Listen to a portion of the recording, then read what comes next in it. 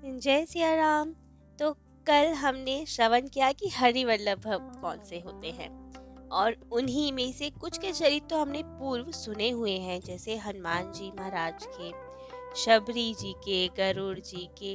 ये सब हरिवल्लभ भक्त ही हैं, इनके चरित्र हमने सुने हुए हैं। तो आज हम एक और हरिवल्लभ भक्त ठाकुर जी के प्रिय भक्त की कथा सुनेंगे, जिनका नाम है विभीषण जी। इनके बारे में वैसे तो हमने बहुत कथाएं सुनी हैं, परंतु भक्तमाल में इनकी भक्ति की और कथाएं हैं, क्योंकि तब जो हमने कथाएं सुनी थी वे तो रामायण जी में थी, जिसमें इनका इतना ही चरित्र आया था जितना कि रामायण जी की कथा से रिलेटेड था। केवल इन पे फोकस किया हुआ चरित्र नहीं था, इनके जीवन के बारे में, इनकी रहनी के बारे में बहुत ही थोड़े में बताया गया था। तो आज इनका पूरा चरित्र श्रवण करेंगे। किस तरह इनका प्राकट्य हुआ, जन्म हुआ, किस तरह इनकी भक्ति हुई, कैसे ये लंका में रहकर भी अपनी भक्ति को निभा पाए। लंका में रहकर भी भगवत भक्ति करना, इससे ये पता लगता है कि विभीषण जी कितने बड़े भक्त हैं, जहाँ उनकी इतनी अद्भुत विशेषता है कि वे लंका जैसे जगह रह के भक्ति कर पाए, इतनी कुसंग के बीच। जहाँ हमने पहले भी एक बार बताया था कि कुसंग में जहाँ हम रहते हैं तो हम भी वैसे ही बन जाते हैं, असर तो पड़ता है कुसंग का। लेकिन इतने भारी कुसंग के बीच रहकर, राक्षसों के बीच रहकर भी ये परम पवित्र रहे, इनकी रहनी, इनके आचार विचार सात्विक रहे। हनुमान जी सरीखे भी इनके पास गए परम भागवत, तो उन्हें भी विश्वास नहीं था कि लंका में तो भक्त नहीं हो सकता। तब उन्होंने, हनुमान जी ने कहा, लंका निश्चर निकट निवासा, यहाँ की हाँ सज्जन कर बासा। उन्हें भी विश्वास नहीं था कि लंका जैसी जगह पे कोई सज्जन मिल सकता है, इतनी भयानक थी लंका। वहां भी विभीषण जी ने रहकर अपनी भक्ति का निर्वाह किया, अपने धर्म का निर्वाह किया। स्वयं भगवान राम जी को भी असंभव सा प्रतीत हो रहा था। तभी प्रभु भी विभीषण जी से पूछते हैं, कहो लंकेश सहित परिवारा, कुशल कुठार बास तुम्हारा। खल मंडली बसहु दिन राती, सखा धर्म निभे के ही भांति। कि हे सखा, ऐसी जगह रहकर भी धर्म कैसे निभा लेते हो तुम। राम जी भी हैरान कि ये कैसे भक्त है, इतने घोर विपरीत एटमॉस्फेयर में रहकर भी भक्ति कर पा रहे हैं। तो उन्हीं परम भागवत की कथा, विभीषण जी की कथा, आज हम अपने कथा रसिक श्री सीताराम जी को श्रवण कराएंगे। तो ये जो कथा है, जन की कथा, ये वाल्मीकि रामायण के अनुसार है, जो वाल्मीकि जी ने इनकी कथा लिखी। उसके अनुसार ब्रह्मा जी के पुत्र पुलस्त जी बहुत बड़े ऋषि थे, बहुत तपस्या करते थे, बहुत ही परम सिद्ध थे। तो उनको एक राजा तृणवृंदु ने अपनी कन्या सौंप दी और उन्होंने उनसे उनका विवाह करवा दिया। वे कन्या बहुत ही सुशीला थी, खूब प्रेम से इनकी सेवा किया करती थी, और पुलस्त ऋषि पूरे समय वेद ध्वनि और यज्ञ हवन आदि में मगन रहते थे, और इनकी पत्नी खूब भक्ति भाव से इनकी सेवा किया करती थी। तब तो ये उनकी पत्नी के इस धर्म से बहुत ही प्रसन्न हुए और उन्हें आशीर्वाद दिया कि आपको एक बहुत ही उत्तम पुत्र प्राप्त होगा, जो मेरे समान ही तप बल से युक्त होगा और बहुत ही चरित्रवान होगा। तो इसी के फल स्वरूप उनके एक बहुत ही सुंदर बालक हुआ, जिनका नाम हुआ विशर्वा। विशर्वा भी बहुत चरित्रवान थे, अपने पिता के समान ही सदा तप में मग्न रहते थे। इनका चरित्र देखकर श्री भारद्वाज जी ने अपनी कन्या देववर्णी से इनका विवाह करा दिया। अब इन दोनों की एक संतान हुई, जिनका नाम रखा गया वैश्रवण। पुलस्त जी ने ही इनका नामकरण किया था और बालक को आशीर्वाद दिया था कि आप धनाध्यक्ष होंगे, मतलब सभी धनों के अधिपति आप होंगे। वैश्रवण जी जब बड़े हुए तो उन्होंने कठोर तपस्या की, कभी जल पी के, कभी केवल पवन आहार करके, कभी निराहार रहकर, और बहुत तपस्या की।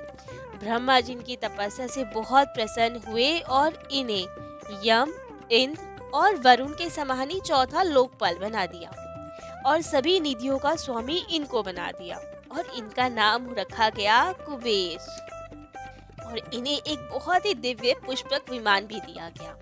अब जब ये तपस्या से वापस आए तो अपने पिताजी को जाके सब वृत्तांत बताया और कहा कि पितामह अर्थात ब्रह्मा जी ने मेरे रहने के लिए कुछ प्रबंध नहीं किया, तो मैं कहाँ रहूंगा। तब तो विशर्वा जी ने विश्वकर्मा का आवाहन किया और उनके द्वारा निर्मित जो लंकापुरी थी वो इनको सौंप दी गई। पहले ये लंकापुरी राक्षसों की थी, परंतु जब राक्षसों को देवताओं के साथ युद्ध में पराजय का मुख देखना पड़ा तो वे सब पाताल में चले गए थे, तो लंकापुरी खाली थी, तो वो ही कुबेर जी को दे दी गई। अब कुबेर जी वहाँ पे सभी यक्षों के साथ निवास किया करते थे और बहुत प्रेम से अपना धनाध्यक्ष का पद संभालते थे। एक बार की बात है, राक्षस राज सुमाली जो कि रसातल में रहता था ठाकुर जी के भय से, भगवान विष्णु के भय से, तब वे एक बार भ्रमण करने के लिए धरालोक पे आया, धरती पर आया। तो आकर उन्होंने कुबेर जी को देखा और देखा कि ये तो बहुत ही तेजस्वी थे, बहुत ही सुंदर थे, इतना तेज था उनमें, इतना बल था कि सुमाली तो देखता ही रह गया। उस समय कुबेर जी अपने पिता के दर्शन हेतु जा रहे थे। सुमाली उनके पीछा करते हुए गया और देखा कि इनके पिता विशर्वा जी हैं। और तब उनके मन में विचार आया कि हम अपने राक्षसों की वृद्धि कैसे करें। हमें भी कोई ऐसा ही कोई बलशाली योद्धा चाहिए जो हमारे राक्षसों का विकास कर सके, उनको वापस अपना पद दिला सके, हमारा आधिपत्य हो जाए धरती पर। तो तब उनके मन में विचार आया कि यदि हमारी कन्या, राक्षसी कन्या ही इन विशर्वा से विवाह कर ले तो कुबेर जैसे ही बलशाली पुत्र हमें प्राप्त होगा। तो वे वापस आए अपने लोक में, रसातल में, और अपनी पुत्री केकसी को कहा कि तुम विशर्वा ऋषि की सेवा में जाओ और जब वे तुमसे प्रसन्न हो तो वरदान स्वरूप में यही कहना कि हमें आपके जैसा तेजस्वी पुत्र चाहिए, कुबेर के जैसा, जिसमें खूब सारा बल भी हो, सामर्थ्य भी हो। अब तो केकसी पिता की आज्ञा मान के धराधाम पे आई और विशर्वा ऋषि की सेवा में संलग्न हो गई, उनकी खूब सेवा करती। और विशर्वा ऋषि को ये भान ही नहीं, वे अपनी तपस्या में, अपने योग यज्ञ आदि में मग्न रहते। एक समय की बात है, संध्या समय, उन्होंने देखा कि ये कौन कन्या है जो हमारी इतनी सेवा कर रही है। तो उन्होंने पूछा कि तुम कौन हो और किस मंशा से हमारी इतनी सेवा में संलग्न हो बहुत समय से। तब तो केकसी ने कहा कि आप तो सबकी हृदय की बात जानते हैं, तो आप स्वयं पता कर लीजिए कि हम क्या चाहते हैं और हमारी इच्छा की पूर्ति कीजिए। तब विशर्वा मुनि ने ध्यान धर के देखा तो उन्हें सब बात पता चल गई कि इनके पिता ने किस उद्देश्य से यहाँ भेजा है। और संध्या समय था, पूजन का समय था, तो उन्होंने कहा कि तुम इस समय पे इतने खराब मनोरथ से यहाँ आई हो तो ठीक है, अब तुमने हमारी इतनी सेवा की है तो फल तो देना ही पड़ेगा। तो ठीक है, तुम्हें राक्षसी संतान पैदा होगी जो कि बहुत क्रूर कर्म करने वाली होगी और भयंकर आकृति वाली होगी। तब तो केकसी रोने लगी और कहा कि बेशक जब मैं आई थी पिता की आज्ञा से तो हमारा मनोरथ भी ऐसे ही था, परंतु आपकी सेवा करते करते हमारा मन पवित्र हो गया है। आप जैसे ऋषि के द्वारा, आशीर्वाद के द्वारा ऐसी संतान नहीं मिलनी चाहिए, भगवत भक्त उत्पन्न होना चाहिए, वरना आपका भी तो नाम खराब होगा। लेकिन उन्होंने कहा कि तुम्हारा मनोरथ तो ऐसे ही था, तो ये सब तो सत्य होगा ही, लेकिन अब तुम्हारा हृदय परिवर्तन हो गया है, इसीलिए तुम्हारा जो अंतिम पुत्र होगा वो हमारे वंश के अनुकूल धर्मात्मा होगा, भगवत भक्त होगा। तो इसीलिए केकसी के 4 संतानें हुई, रावण, कुंभकर्ण, शूर्पणखा। ये तीनों राक्षसी प्रवृत्ति के थे। और सबसे पीछे, सबसे लास्ट में हुए विभीषण जी, जो कि धर्मात्मा भगवत भक्त हुए। अब एक समय के बाद सारे भाई बहन गए तपस्या के लिए, तो उन्होंने खूब तपस्या की। तीनों भाइयों ने तो घोर तपस्या की, बहुत वर्षों तक तपस्या की, जिसमें विभीषण जी ने तो गोकर्ण क्षेत्र में जाके धर्म पूर्वक पवित्रता के साथ एक पैर पे खड़े होकर 5000 वर्ष तप किया। उसके बाद हाथ ऊपर करके सिर ऊपर किए हुए सूर्य पे दृष्टि जमाकर 5000 वर्ष तपस्या किया, वेद पाठ करते रहे। फिर ऐसे ही 10,000 वर्ष तपस्या करने के बाद ब्रह्मा जी संतुष्ट हुए और इनके पास आए। सबसे पहले रावण के पास गए और उनसे कहा वर मांगो। रावण ने तो जैसा हम जानते हैं उसने कहा हमें तो अमरता चाहिए। ब्रह्मा जी ने कहा ये तो पॉसिबल नहीं है, ये अधिकार हमारे पास नहीं है। तो फिर उन्होंने सोचा ठीक है कुछ ऐसा वर मांगा जाए कि अमरता मिल जाए। वे सोचते थे कि हम भगवान जी को मूर्ख बना सकते हैं, ऐसा वर मांग सकते हैं कि हम मरे भी ना और अमरता भी इन्हें दिखाई ना दे कि ये अमर हो रहे हैं। तो उन्होंने कहा कि ठीक है, केवल मनुष्य और वानर को छोड़कर मैं किसी से न मरूं, क्योंकि उनकी नजर में ये मनुष्य और वानर ये तो हमारा क्या ही बिगाड़ सकते हैं, इनको तो हम ही खा जाते हैं। तो उन्होंने कहा तथास्तु। फिर आए कुंभकर्ण के पास। उसका तो आकार देखकर ब्रह्मा जी डर गए कि ये तो यदि जगह रहा तो ये तो पूरी सृष्टि ही खा जाएगा। तो उन्होंने देवी सरस्वती जी से कहा कि कृपया कर इनके मुख में बैठिए और इनकी मति बदल दीजिए। वे चाहता था मांगना कि मैं 6 माह जगूं और 1 दिन सोऊं और खूब भोजन करूं। तो उनकी बुद्धि पलट दी कि मैं 6 माह सोऊं और 1 दिन जगूं। और ब्रह्मा जी ने बताया यदि तुम्हें जबरदस्ती कभी जगाया गया समय से पूर्व तो तुम्हारी मृत्यु हो जाएगी।